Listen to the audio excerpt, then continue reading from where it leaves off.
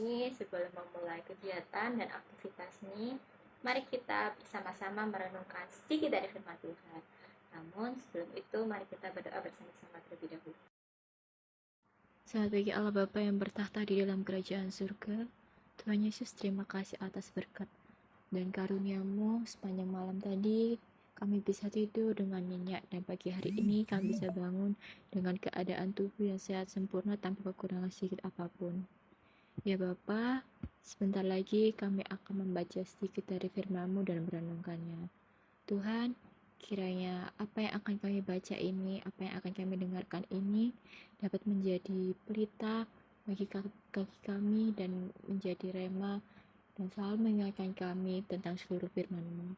Terima kasih ya Bapa, doa yang jauh dari kata sempurna ini kami alaskan hanya ke dalam tangan kasih kuasa-Mu. Di dalam nama Tuhan Yesus, haleluya, amin. Jadi renungan pada pagi hari ini saya beri judul bersahabat dengan Allah Bapa. Dan renungan pada pagi hari ini saya ambil dari kitab Yohanes 15 ayat yang ke-13 sampai ke-16. Tidak ada kasih yang lebih besar daripada kasih seorang yang memberikan nyawanya kepada sahabat-sahabatnya. Kamu adalah sahabatku, jikalau kamu berbuat apa yang kuperintahkan kepadamu.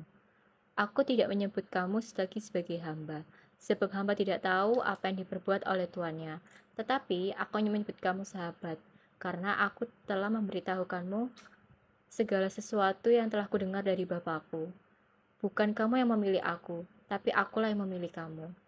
Dan aku telah menetapkan kamu supaya kamu pergi dan menghasilkan buah, dan buahmu itu tetap, supaya apa yang kamu minta kepada Bapa dalam namaku akan diberikannya kepadamu. Kamu ngerasa punya sahabat yang benar-benar ngertiin kamu nggak? Yang kayak selalu ada dan selalu mendukung dan selalu menolong kamu lah. Nah, di kitab Yohanes 15 ayat yang ke-13 sampai ke-16, Yesus bilang kalau ia bukan cuma Tuhan kita, tapi Yesus adalah sahabat bagi kita. Dan bukan hanya sembarang sahabat, dia rela mati di kayu salib. Bayangin aja seberapa besar kasihnya akan kita, dan dia rela mengorbankan nyawanya. Tapi nggak berhenti sampai di situ saja. Yesus bilang kalau kita itu bukan hanya hambanya, tapi juga sahabatnya. Artinya, kita mempunyai hubungan yang lebih dekat sama dia. Seperti sahabat yang bisa ngomong dan curhatin apa aja, semua rahasia kita. Yesus juga pengen tahu apa yang kita inginkan, dan kita selalu diharapkan untuk selalu dekat dengan dia. Dan Yesus berharap kita bisa selalu menceritakan segala keluh kesah kita. Mungkin kalau semisal sama temen tuh kita agak sungkan buat cerita, kayak takut, mungkin takut buat di apa ya, ibaratnya kayak dicombein gitu loh. Kalau semisal cerita kayak aku mau cerita ini tapi aku takut nanti disebarin. Nah, tapi kalau semisal kita cerita sama Tuhan, Tuhan itu sosok yang benar-benar baik dan bakal ngertiin kita. Dia bukan tipe yang bakal ngejudge kita kayak itu gak baik loh, kamu gak boleh kayak gitu. Enggak. Sebagai sahabat Kristus, kita dipanggil untuk menghasilkan buah, yaitu kasih. Kasih bukan hanya sekedar kata-kata, namun juga suatu bentuk tindakan yang nyata dalam kehidupan sehari-hari kita, yang bisa kita tunjukkan lewat sesama teman-teman kita. Ketika hidup kita penuh dalam kasih, orang lain bisa melihat siapa Tuhan yang kita ikuti dan bagaimana Tuhan kita bekerja dalam hidup kita. Kadang kita ngerasa nggak layak dan nggak mampu buat menjadi sahabat Kristus. Tapi ingat, Tuhan memilih kita, bukan kita yang memilih Tuhan. Tuhan tahu apa kekurangan kita dan apa kelebihan kita. Tapi Tuhan memberikan kasih dan kesempatan untuk kita dapat mengerti apa yang Dia inginkan dan apa yang Dia rencanakan. Yang penting kita harus belajar untuk terbuka dan belajar bahwa Tuhan Yesus itu sosok pribadi yang baik dan sosok sahabat yang dapat diandalkan dalam kehidupan kita sehari-hari. Jarang kita merasa sendirian dan gak punya tempat untuk cerita. Tapi kita harus ingat bahwa Tuhan Yesus adalah sosok sahabat yang setia.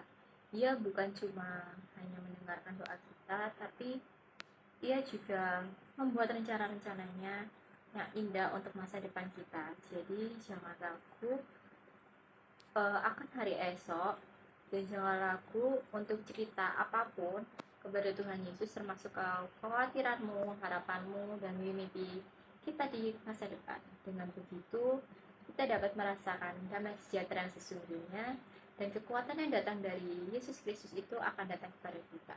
Sahabat sejati itu nggak pernah meninggalkan, dan Yesus adalah sahabat yang terbaik untuk kita.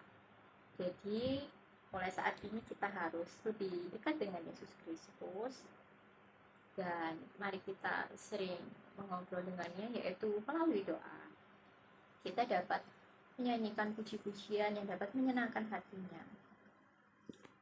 Tapi ingat ya, kita nggak boleh datang ke Tuhan tuh kalau misal kita tuh lagi ada masalah aja. Kayak kita tuh lagi sedih, kita cuma ingatnya tuh baru ingat ke Tuhan. Kalau misal kita senang-senang, kita tuh malah ke teman-teman kita yang di duniawi.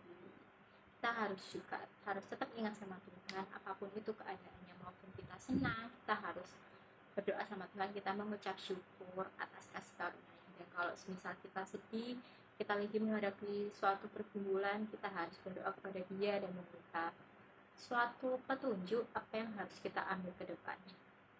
Jadi sekian renungan pada pagi hari ini. Kasih.